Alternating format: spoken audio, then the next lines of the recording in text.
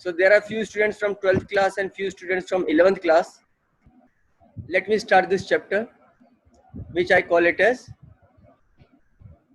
kinematics or rectilinear motion, or basically motion in one dimension. And this is the basics. This is a basic chapter for the physics. And on this, basically we build our entire physics, which is basically mechanics. Okay.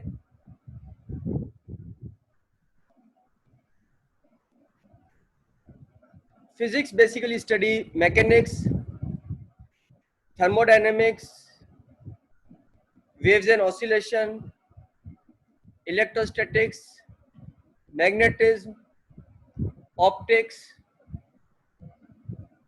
and nuclear physics or modern physics. Okay.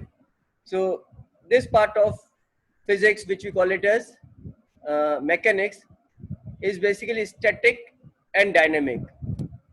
Static refer to the objects which are at rest, and dynamic refer to the objects which are moving. In dynamic, what we study is basically kinematics and dynamics. Object at rest, object in motion. Kinematics is that branch of physics in which we study the motion of object without taking into account the cause of their motion. Basically, this chapter is also kinematics, where we'll only study the motion aspect of the motion. We'll not study the cause of motion. Cause of motion is basically studied in the dynamics part of it. मतलब simple से words में समझे तो अगर कोई object move कर रहा है, तो जब जो ऑब्जेक्ट मूव कर रहा है तो हम क्या देखते हैं, उस ऑब्जेक्ट की पोजीशन चेंज हो रही है, उस ऑब्जेक्ट के पास वेलोसिटी होगी या स्पीड होगी, और हो सकता है उसकी वेलोसिटी चेंज हो रही है तो उसके पास एक्सीलरेशन होगा, या अगर कांस्टेंट वेलोसिटी तो एक्सीलरेशन जीरो होगा. सो हम काइनेटिक्स सिर्फ इन्हीं चीजों को स्टडी करेंगे. अब ऑब्जेक्ट की वेलोसिटी क्यों चेंज हो रही है, यानी कि ऑब्जेक्ट के पास एक्सीलरेशन क्यों है, that is a cause of motion. अगर एक ऑब्जेक्ट रेस्ट पे था और अचानक से चलने लग गया, या एक ऑब्जेक्ट मूविंग था और अचानक से रेस्ट पे आ गया, और अगर उसकी वेलोसिटी चेंज हो रही है, तो उसके लिए जो रेस्पॉन्सिबल है वो फोर्स है. We will not study the force in this chapter. That is basically studied in the next chapter, which is known as dynamics. So in this chapter, the name of this chapter is rectilinear motion, and rectilinear motion means study of motion of objects along a straight line. So in this, we are only going to study the motion of the object in a straight line.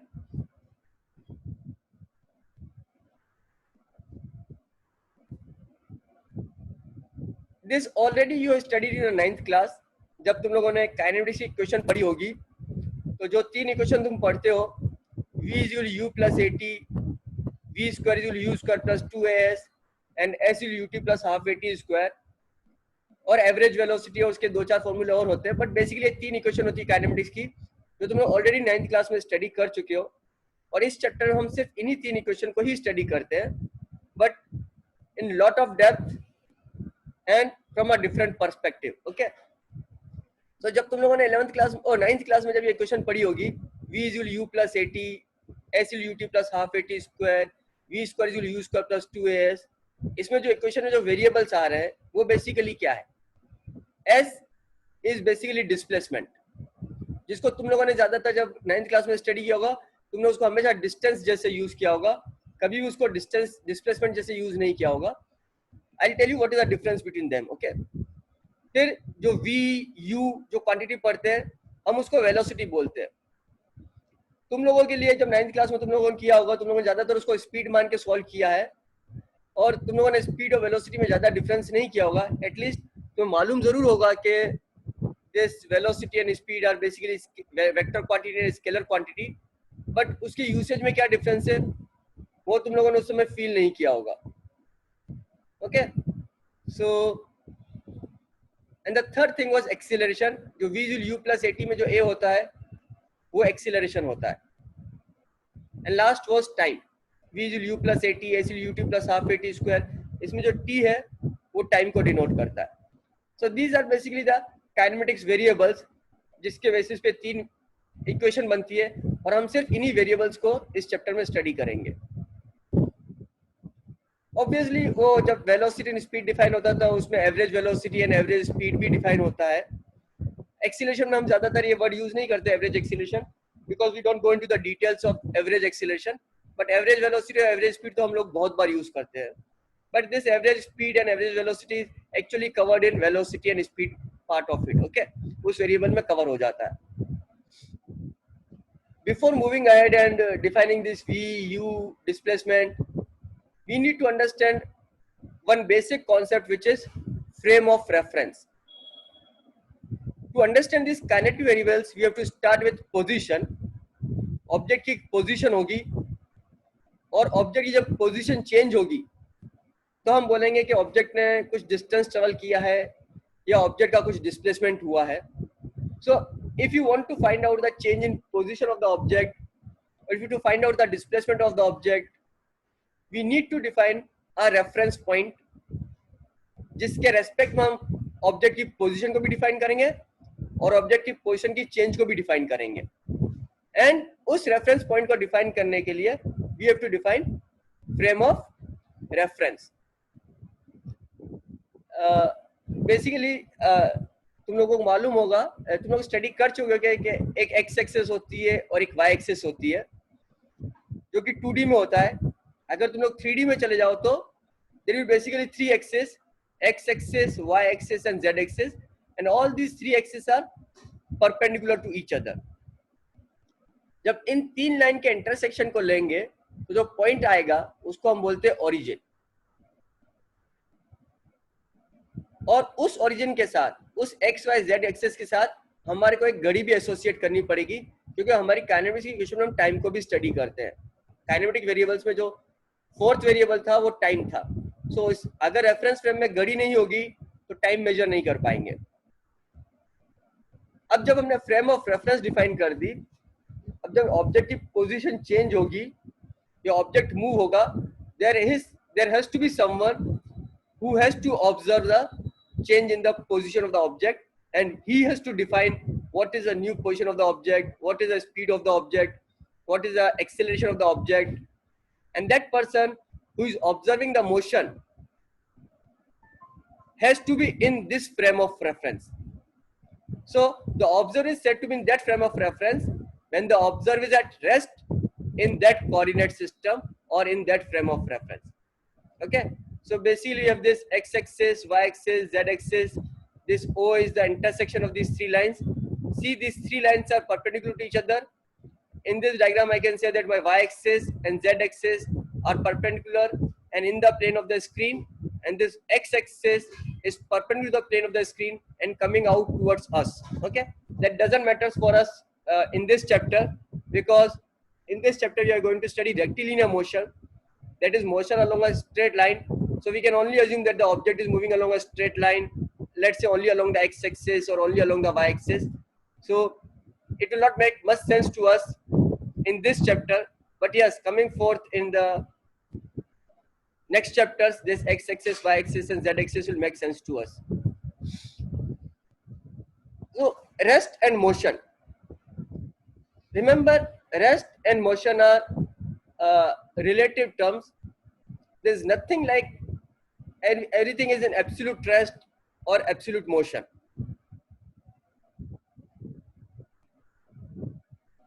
And rest and motion doesn't have any meaning without any frame of reference. What is the definition of rest?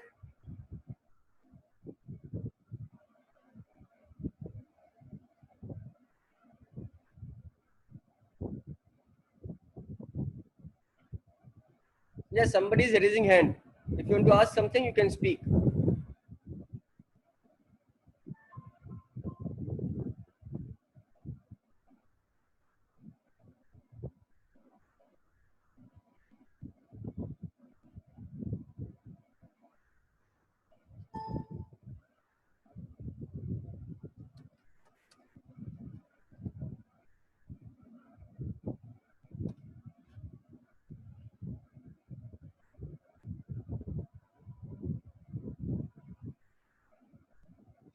Okay.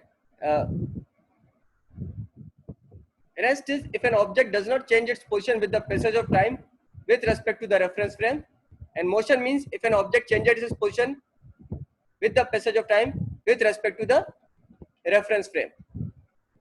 Okay, so what does this mean? Right now, I am sitting in my room and someone is sitting in front of me. Then the person who is sitting in front of me is at rest with respect to me. Okay, and I am also at rest with respect to him.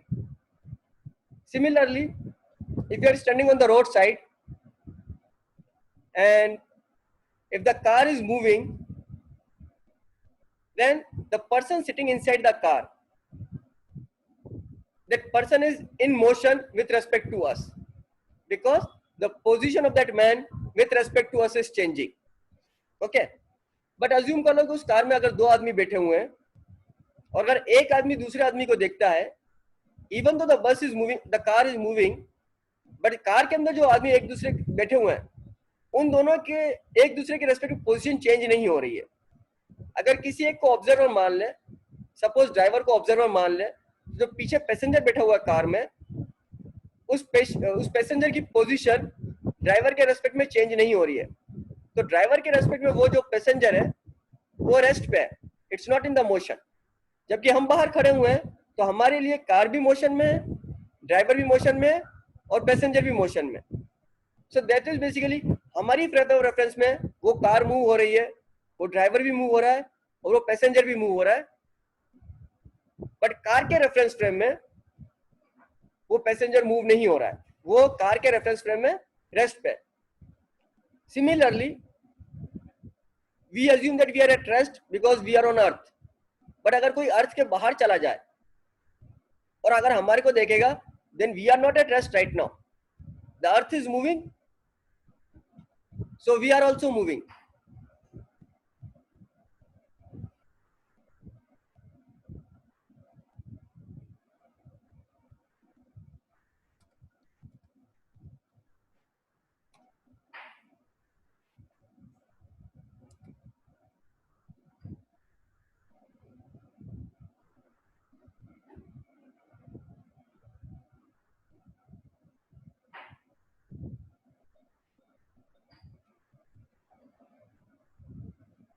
And different observers के लिए motion की definition भी अलग अलग हो सकती है. एक ऑब्जर्वर अगर ऑब्जेक्ट को रेस्ट पे देख रहा है तो दूसरा उसको मोशन पे देख रहा है. जैसे मैंने बता दिया, कार मूविंग है, कार के अंदर का ड्राइवर पैसेंजर को रेस्ट पे देख रहा है और हम बाहर खड़े होके कार के पैसेंजर को मूविंग देख रहे हैं. That is one thing. But एक दूसरा केस ले लो. सपोज कर लो कि तुम लोग ट्रेन में बैठे हुए हो और जा रहे हो और तुम्हारे हाथ में बॉल है. When you throw the ball up, तो बॉल ऊपर जाती है और वापस सीधी तुम्हारे हाथ में आ जाती है. राइट? तुम लोग ट्राई किया होगा, तुम लोग कभी चलते चलते ही बॉल को ऊपर फेंकते हो तो बॉल वापस से तुम्हारे हाथ में आती है. सो अगर तुम लोग अगर बॉल को देखोगे तो बॉल तुम्हारे हाथ से ऊपर गई और वापस तुम्हारे हाथ में नीचे आई.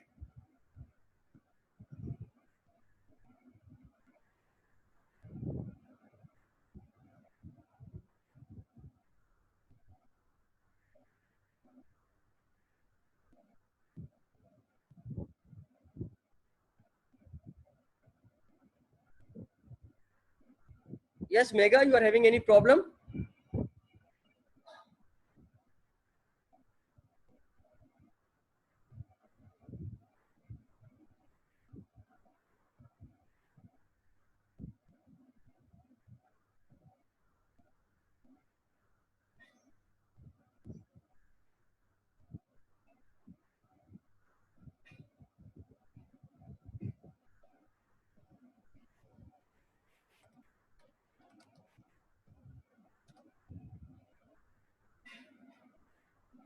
लेकिन अगर वही ऑब्जर्वर जो बाहर खड़ा हुआ है वो जब बॉल को देखता है तो तुम्हारे रेस्पेक्ट में बॉल ऊपर जाती है, वापस नीचे आती है.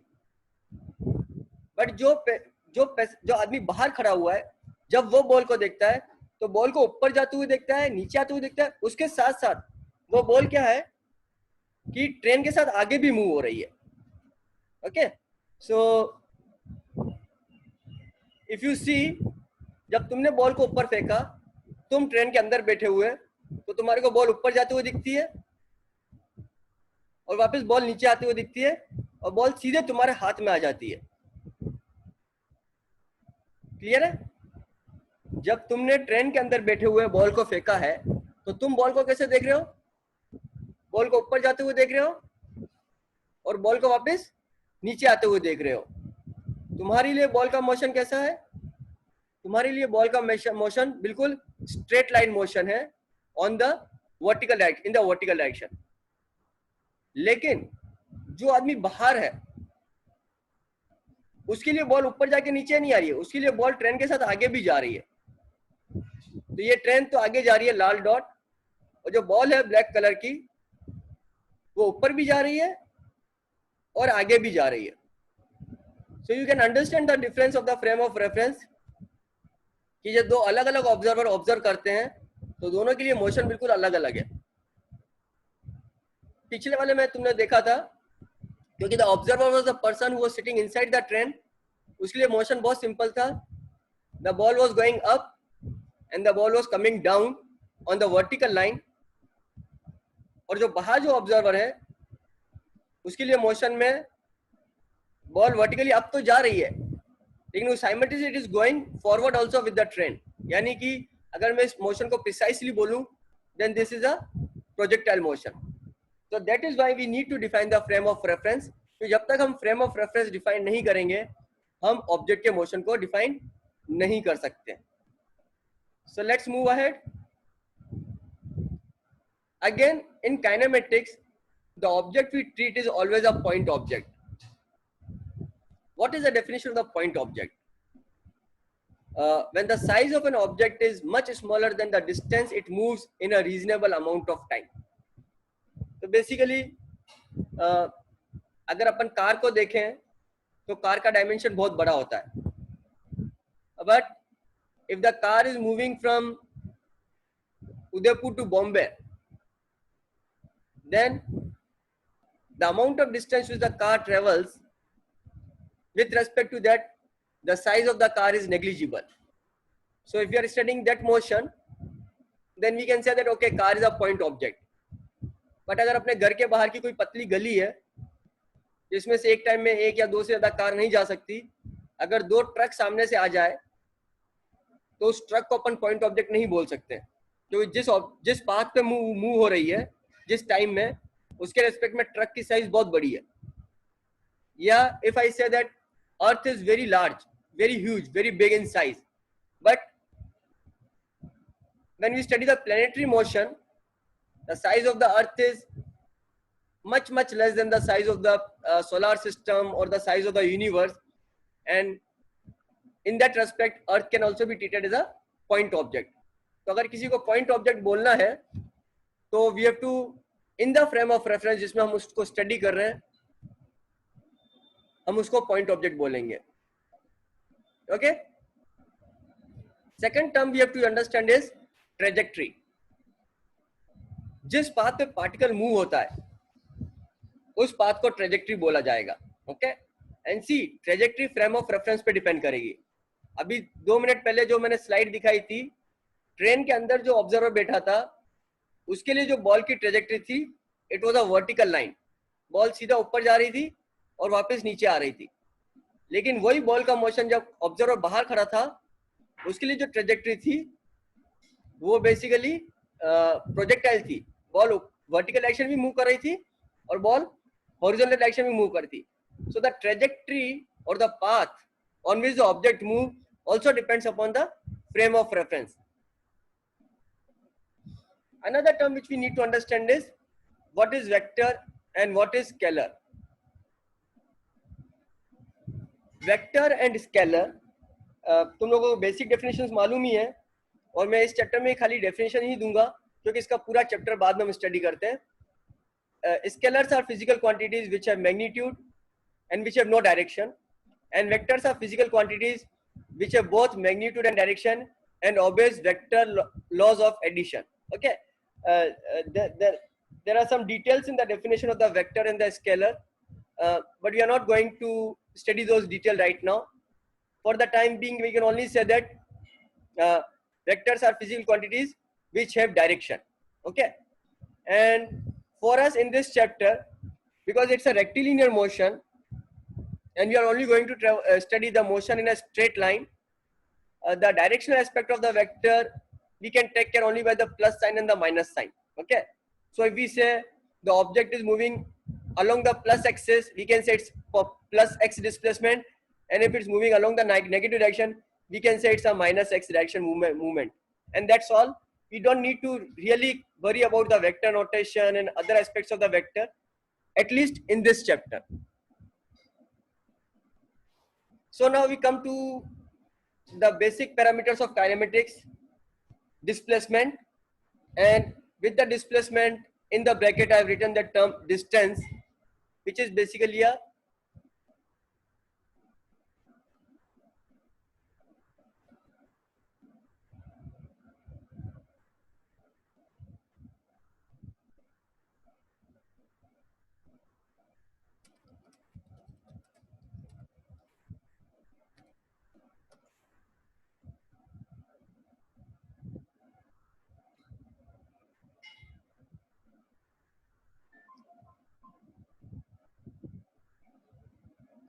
to understand distance and displacement, we define like this: position, where the object is located. Okay, first is, without position you cannot have a displacement.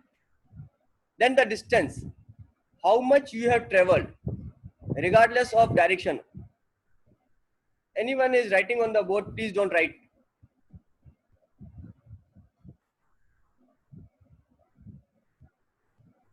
ये कौन लिख रहा है? इस पे लिखना बंद कर दो. हाँ, okay. Distance, how much you have traveled regardless of direction. This is also known as path length. And displacement, where you are in relation to where you started.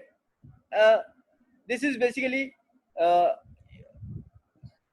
shortest distance between the starting point and the end point is known as displacement. Okay, to understand the concept difference between distance and displacement, let me solve this problem. A boy walks 16 meters to the east. Simple. For this motion, what is the distance moved? What is the magnitude and direction of the displacement? बहुत simple सवाल है. The boy starts from point A and moves towards east to point B, total distance of 16 meters. So how much distance the boy has moved? The distance moved is 16 meter, and displacement is also 16 meter, because displacement is the straight line joining from the starting point to the end point. But displacement is a vector quantity, so we have to say 16 meter towards east. Distance will only be 16 meter because distance is a scalar quantity. It doesn't have direction, so distance is only 16 meter. But because displacement is a vector quantity, so apart from the magnitude, which is 16 meter, we also have to give what is the direction, and that direction will be east.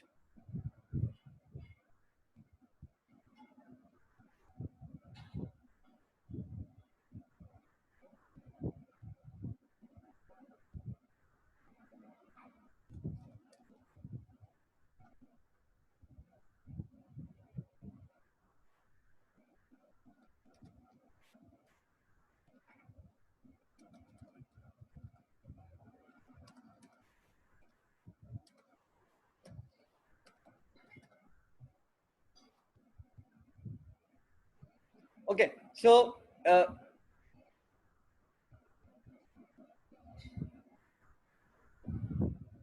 let's move to the next problem. A boy moves 16 meters to the east and 30 meters back to the west. For this motion, what is the distance moved? Simply, he has moved 16 meters in the forward direction and 30 meters in the backward direction. Doesn't matter to us. The total distance is 16 plus 13, which will be 29. Okay. what is the magnitude and the direction of the displacement? Now displacement is basically straight line joining from the initial point to the final point. So initial point was this, and final point is where I've landed up, and the distance between the initial point and the final point is only 3 meter. So the displacement will be 3 meter or 3 meter towards east. When we say 3 meter towards east, direction is written in the words, or we can say plus 3 meter. That means the direction towards east was defined as positive. As I said that in rectilinear motion, that is motion on a straight line, the plus and minus sign can give us the feeling or notion of the vector. हमारे को ज़्यादा vectors के बारे में समझने की ज़रूरत नहीं है. So in this problem, the total distance traveled is 29 meter, but the displacement is only 3 meter. Is this clear?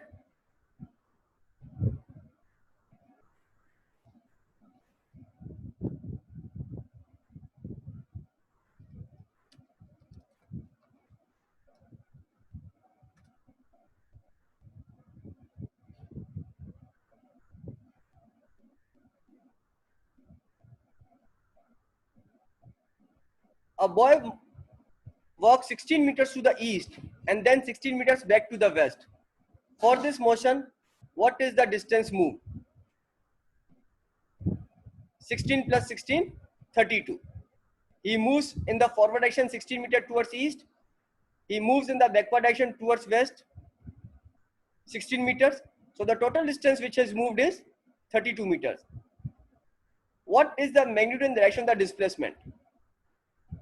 Now, he has again returned back to the initial point. So the final point and the initial point are same. A final point and initial point same hai, then the displacement will be 0 meter. Now this is something interesting.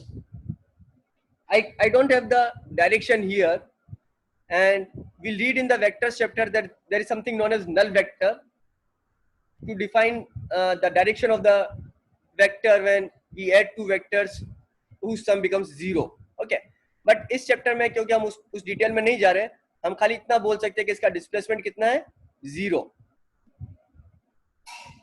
Let's take another example. A boy walks 12 meters to the east and 16 meters back to the west. For this motion, what is the distance moved?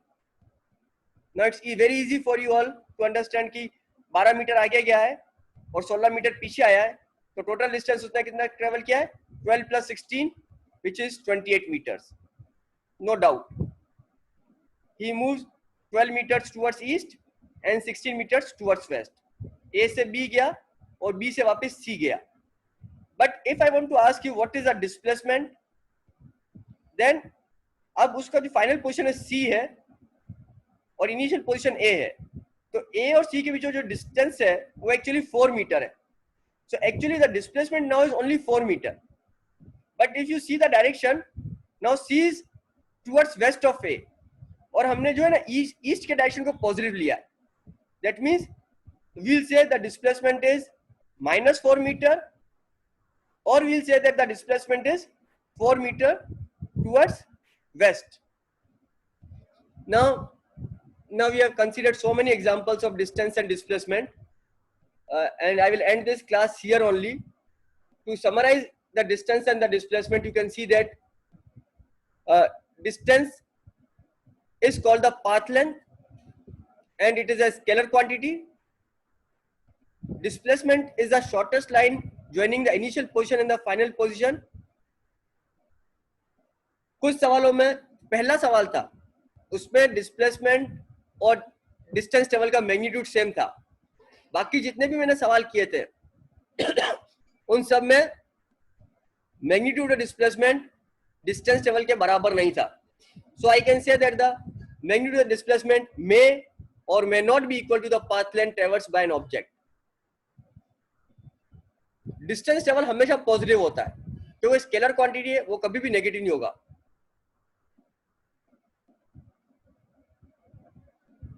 कोई इस पे लिख रहा है, वो लिखना बंद कर दे. हाँ, and distance, but displacement can be positive और नेगेटिव. मैंने लास्ट वाला जो एग्जांपल लिया था उसमें displacement was actually coming out to be negative. Distance travel is a non decreasing function. अगर एक बार ऑब्जेक्ट ने चलना शुरू कर दिया तो उसका डिस्टेंस ट्रेवल कभी भी डिक्रीज नहीं होगा. बट द डिस्प्लेसमेंट, अगर वो फॉरवर्ड डायरेक्शन में जा रहा है तो इंक्रीज होता जाएगा, और अगर वो बैकवर्ड डायरेक्शन में आएगा तो डिक्रीज भी हो रहा था. एक सवाल में ऐसा भी हुआ था कि डिस्प्लेसमेंट 0 हो गया था. जब वो 16 मीटर आगे गया तो 16 मीटर वापस पीछे आया तो डिस्प्लेसमेंट 0 हो गया. सो डिस्प्लेसमेंट कैन इंक्रीज और decrease, may become 0, may become negative.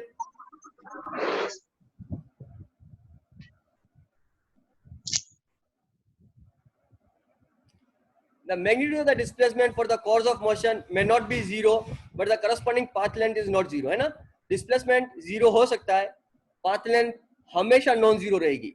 अगर एक बार ऑब्जेक्ट ने मोशन शुरू कर दिया तो उसका पाथ लेंथ हमेशा 0 होगा.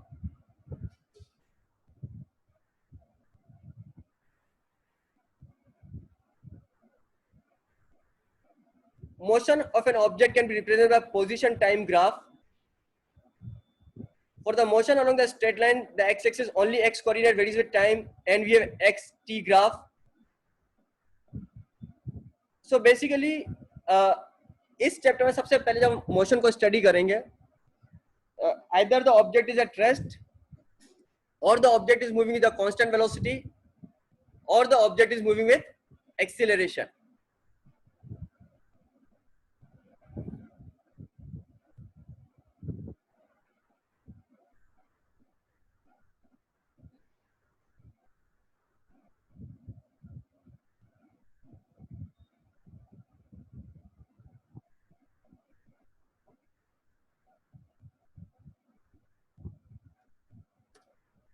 You see this blue line? This is my position of the object with respect to time. It's at x is equal to 1 meter, and this position is not changing with time because the object is at rest. So this is, अगर y axis पे हमारा position of the object ले ले और x axis पे time ले ले, और अगर object rest पे है तो उस object का जो है position with respect to time change नहीं हो रही है. So this is when the graph which is parallel to the time axis represents that the object is at rest. अगर मैं ये मान लूं कि ऑब्जेक्ट टाइम t जूल 0 पे ओरिजिन पे था, और अगर वो कांस्टेंट वेलोसिटी 1 मीटर पर सेकंड से मूव हो रहा है, then you see that t equal 0 पे ओरिजिन पे था, t जूल 1 सेकंड पे 1 मीटर पे, t जूल 2 सेकंड पे 2 मीटर पे, t जूल 3 सेकंड पे 3 मीटर पे, t जूल 4 सेकंड पे 4 मीटर पे. This is the graph. In the next class we'll study in detail again this graph. We say the object is moving with a constant velocity, or we say the object is moving with is in the uniform motion. और अगर अपन इस object को acceleration दे दें, let's say 1 meter पर second square, तो अब जो graph बनेगा वो पैराबोला बनेगा. Okay, so I have given you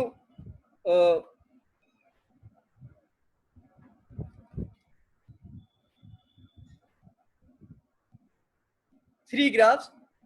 जब एक्सीलरेशन होता है तो पैराबोला, जब एक्सीलरेशन नहीं होता है, कांस्टेंट वेलोसिटी है, तो एक इंक्लाइन स्ट्रेट लाइन, और अगर अपन वेलोसिटी को भी 0 कर दें, that means object is at rest, then the straight line which is parallel to the x axis.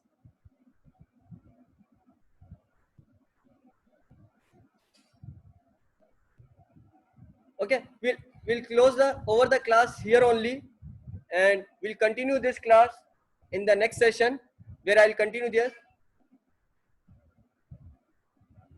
So basically where we are ending today is the motion of an object can be represented by position time graph. So आज हमने खाली graph का overview लिया कि अगर object stationery है, या object constant velocity से मूव कर रहा है, या ऑब्जेक्ट एक्सीलरेशन से मूव कर रहा है, तो उसका ग्राफ कैसा दिखेगा. Okay, so I'll over the class here only.